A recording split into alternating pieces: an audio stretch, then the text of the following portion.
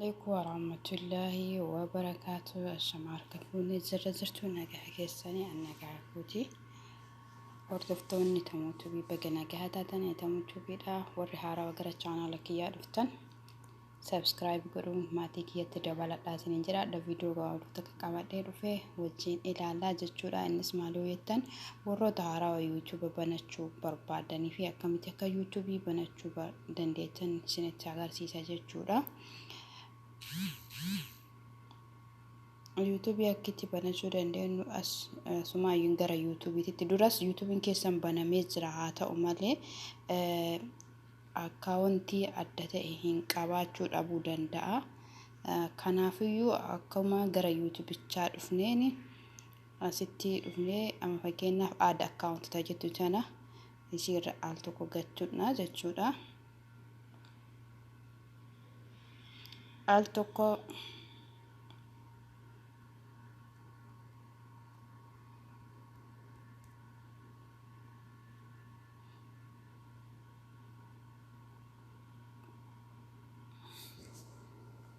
ergigattuun eekinoo akkanatti nuu dhufaa jechuudha.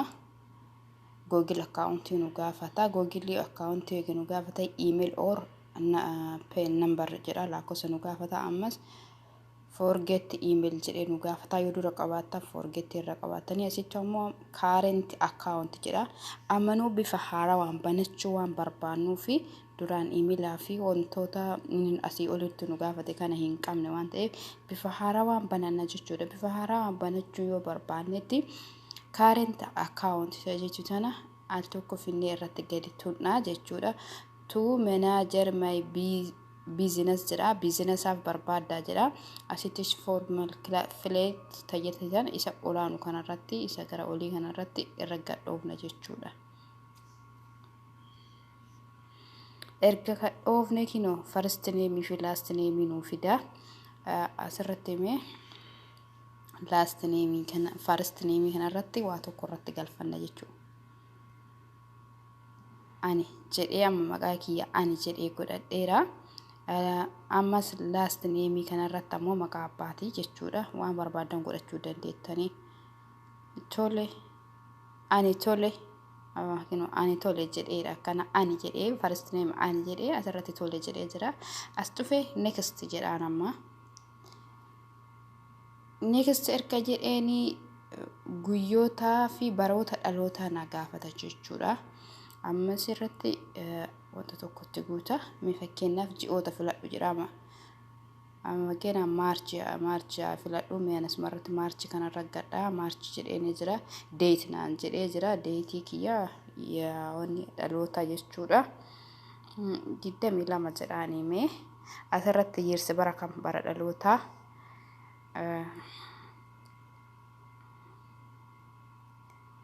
sagal torba jedhuuni asirratti ammoo genderiin tuni saala nama filatti jechuudha. Female fi male jechuun nama gaafate yoo dhiira taate male goota yoo shamarran taate femaleedha. Ani shamara waan ta'eef female irratti galcha. Amma erga kanatti xumureen booda asitti dhufee next jedhaan jechuudha. Next erga jedheeni akkanatti naafida jechuudha. Emailii kiyya naafida kamiin akka an filadhu naafida jechuudha. Kanneen keessaa alaal amma jijjiireen naafide jechuudha. Kan itti galche maqaa kiyya durachaa sanarraa jijjiireen naafide ati tole jedhee jira. 247 atitti ammoo tole ani jedhee jira. Kanneen keessaa filadhame tole ani irraa filadhaa al tokko irra gadhaa jechuudha.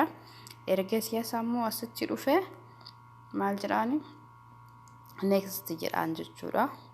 Erga next jedheeni kinoo paaspoortii na gaafatee jira. Paaspoortii isaa itti guuta jechuudha. Maqaan itti guutuu dandeettanii lakkoofsaan itti guutuu dandeettanii waan isinitti toleen itti guutuu dandeettan jechuudha. Ana ammaa fi isuma san qabachuu barbaachuu dandeettan akka isin jalaan bannee fi akka booda isin gurgursiifnee fi maqicha keessan ka ittiin neemii keessan ka awwalaatii fi first name fi last name gootanii lakkoofsatti dabaluu dandeettu jechuudha.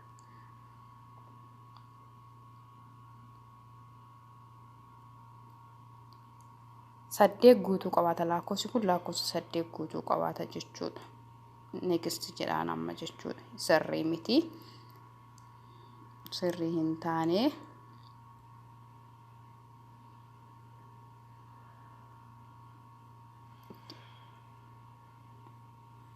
Amma kinoo sirrii ta'ee jira jechuun fudhatamee jira. Nambara isin gaafata asitti jechuudha. Nambara itti yoo galchuu barbaadanii nambara keessa itti galchitanii biyyoota barbaadda filattanii Itoophiyaa taatee biyya Arabaa ta'e biyyuma kam keessa biyyoonni asirratti jira jechuudha.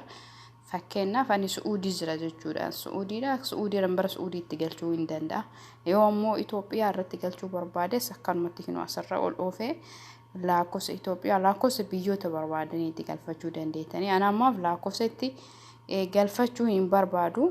Maaliif waan argisiisaaf banaa jira waan ta'eef lakkoofsa gisee itti galfattanii jettanii erga lakkoofsa itti galchitanii yes I am in tayyettu galchitanii lakki lakkoofsa itti galchuu hin barbaadnu waan ta'u ta'e speak tayyettu tana isii al tokko gattuudha jechuudha. Lakkoofsa itti galchuu hin fedhu jechuudha. Kinoo emailii kiyya ani tole ka jedhuu fi emailii kiyya jalatti baasee naaf fideera. Erga akkasitti naaf fide ammoo asirratti next jedhaan jechuudha. Erga next jedhanii barreeffamoota kana ajajoota kana akka dubbisuuf fida. Dandeettanii dubbistanii dadhabdan bira luftanii irra ol ooftanii jechuudha. Agree tayyatu tana irra gattuttanii jechuudha al tokko.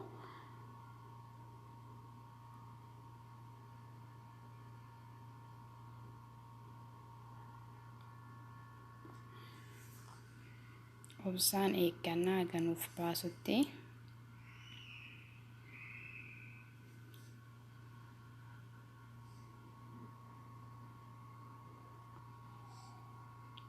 kinoo akkuma argitan kana asitti qubee mul'attee jirti naaf banamee jira jechuudha. Chaanaala haarofni chaanaala haaraa banee jira. Kinoo akkuma argitan chaanaalli haarofni banamee jira jechuudha. Isa erga akkasitti finnee waan barbaadan kan asirraan irratti gallakkifachuu YouTube irratti dalaguu barbaadan hin dandeechu jechuudha karaa salphaan.